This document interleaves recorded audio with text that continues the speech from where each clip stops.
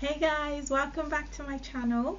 So this video is going to be about my graduate medicine entry story. Basically, kind of like my journey from high school / sixth form to getting into graduate medicine. So I know a lot of people are kind of going through this process at the moment and they want to kind of know what it's like. Everyone's, path again will be different, and everyone would have done different courses and tried different things or applied several times.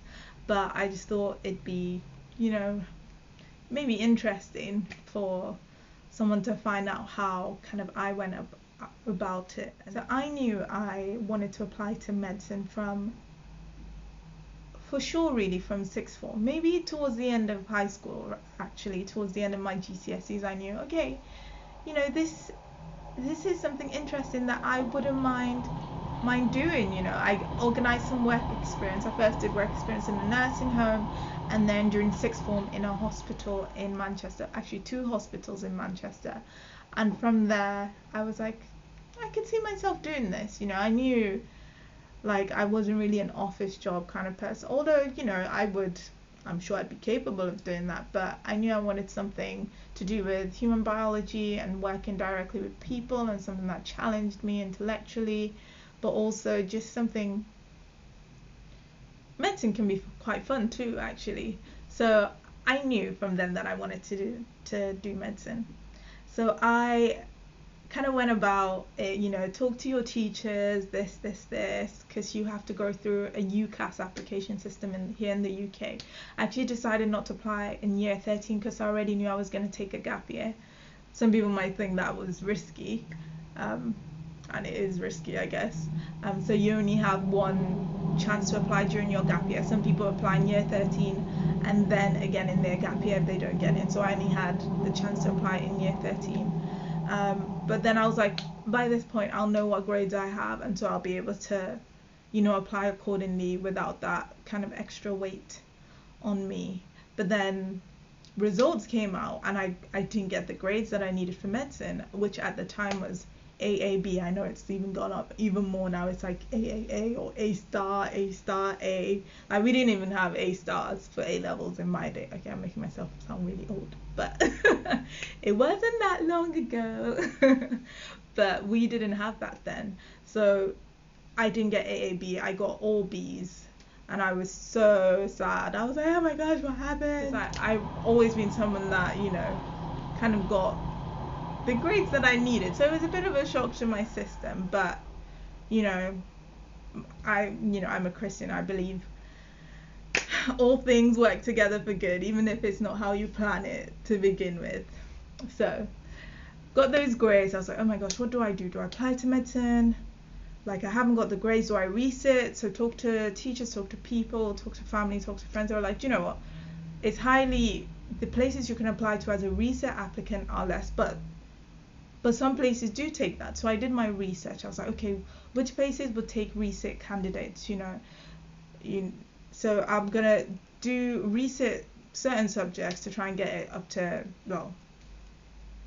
get the grades I need really, and then apply from that. But then as a 5th choice, I first put anatomy and physiology, I think, at University of Manchester, but then I found out about this course in Bradford that allows you to transfer to either 1st year medicine or 2nd year medicine at Leeds. It was kind of a widening access program. So I was like, oh my gosh, and the course looked really good too. So I was like, let me apply, let me go for this as my 5th choice. I would be happy to do this as well,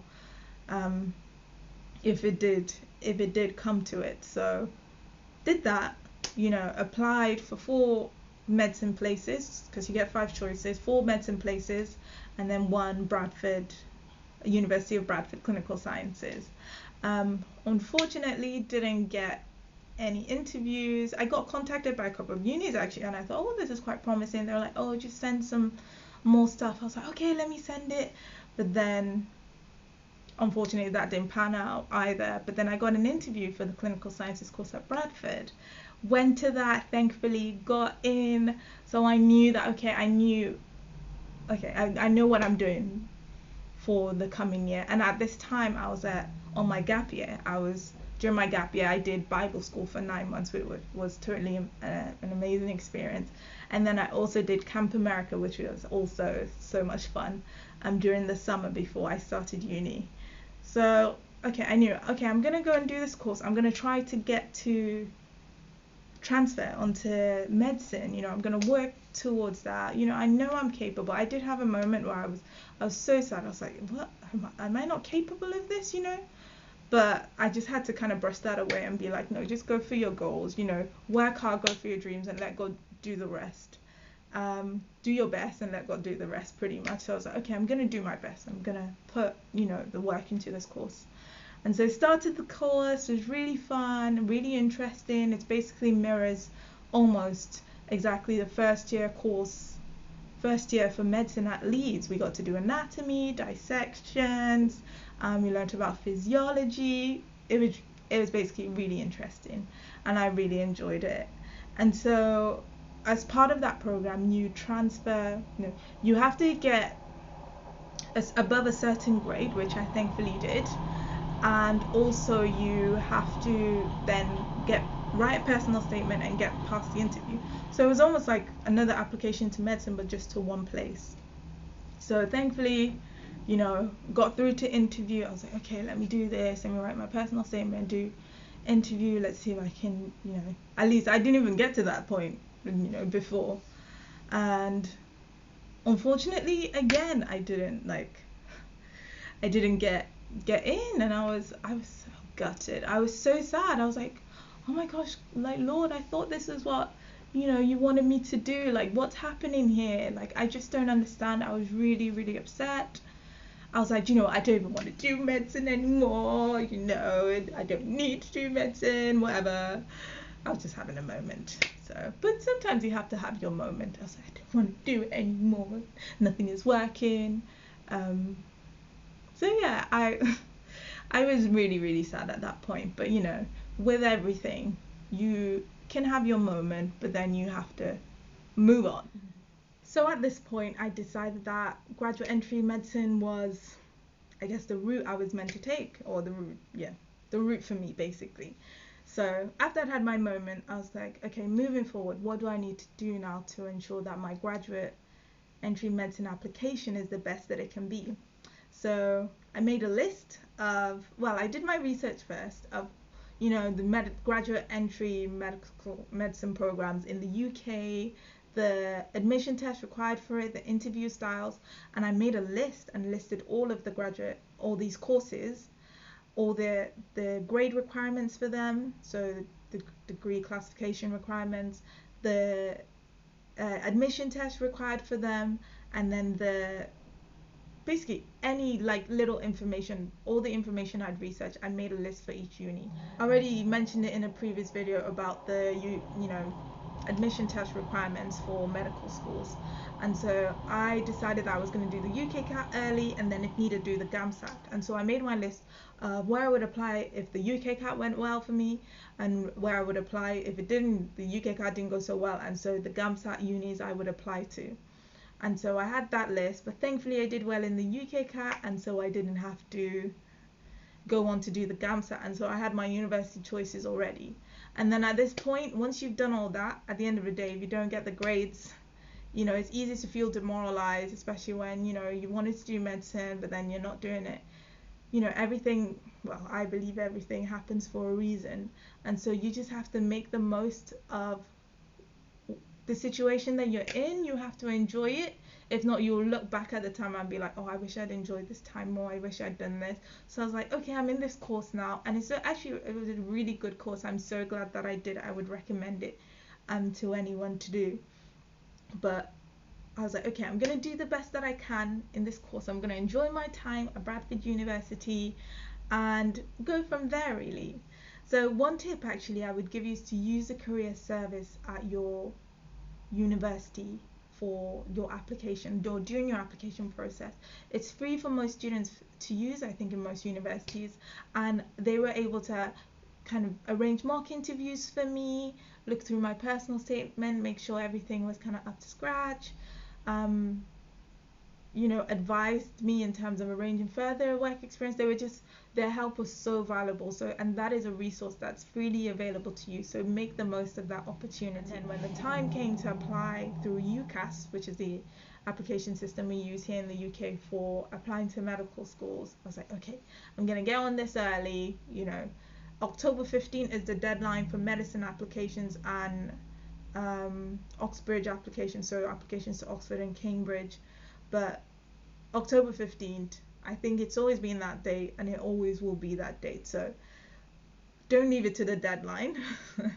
Don't leave it to the deadline, because you actually have to send off references. So as part of the application system, you need references.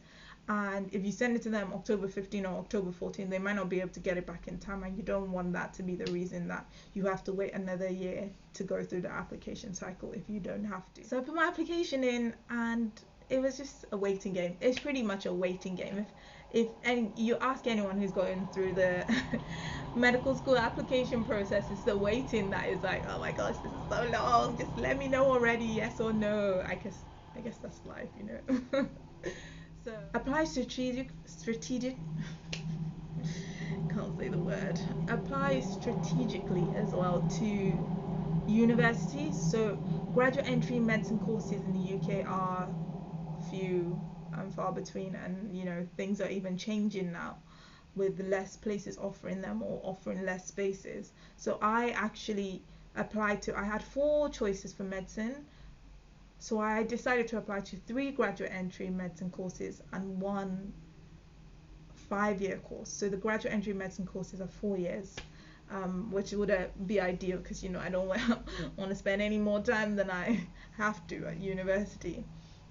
But medicine is a hard course to get into. I applied to University of Manchester because that was home, and it would hopefully offset the cost of having to fund a 5-year degree, because I would be able to stay at home. So think about that when you're applying. Finances is a big thing to think about, because going on to do another degree is really expensive, and if you don't get onto the 4-year course, you don't get that extra funding from basically the student loan and NHS bursary to do that, which made things difficult. Not impossible, just more difficult.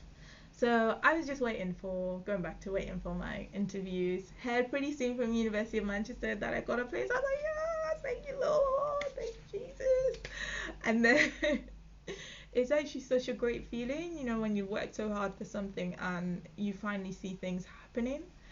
So I was super happy. I was like, oh, I went to career service, went to people, asked advice when people had done interviews, researched into the interview styles and kind of maybe past questions they'd asked.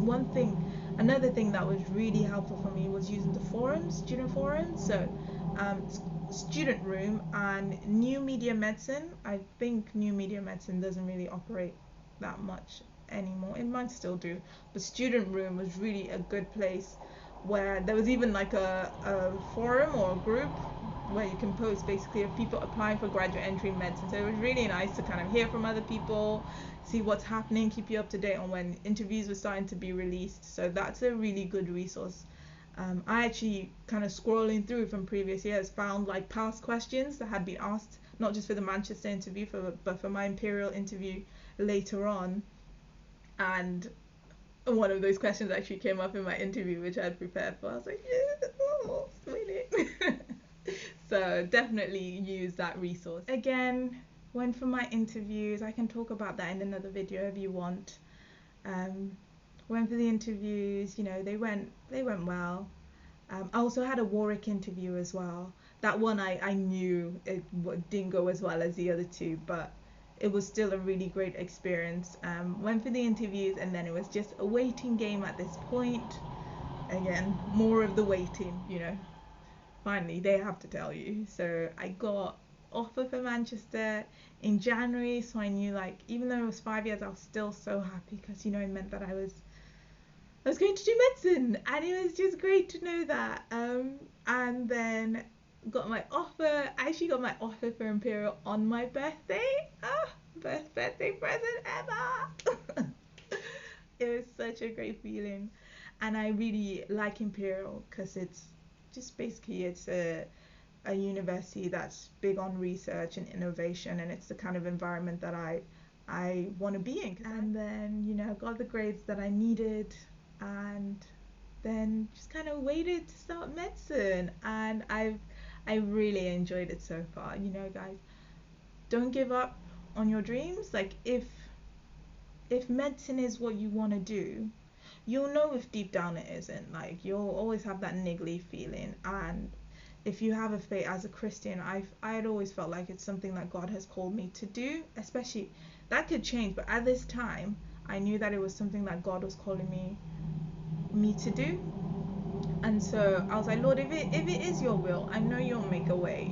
I'm gonna work my hardest, do my best, and then whatever happens from here is meant to happen. um so thankfully I got in. Sorry, I'm just gonna live in the moment. It was so fun. It was so nice. So yeah, keep working hard. Just because you don't get into medicine during sixth form, or after sixth form, or during your gap year as well, it's not the end.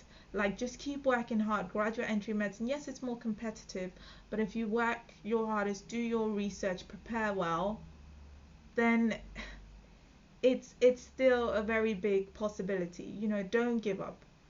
I just want to say, like, guys, don't give up. You will feel disheartened sometimes, well, a lot of the time, especially during the application process and having to wait that long to hear back from people and from universities.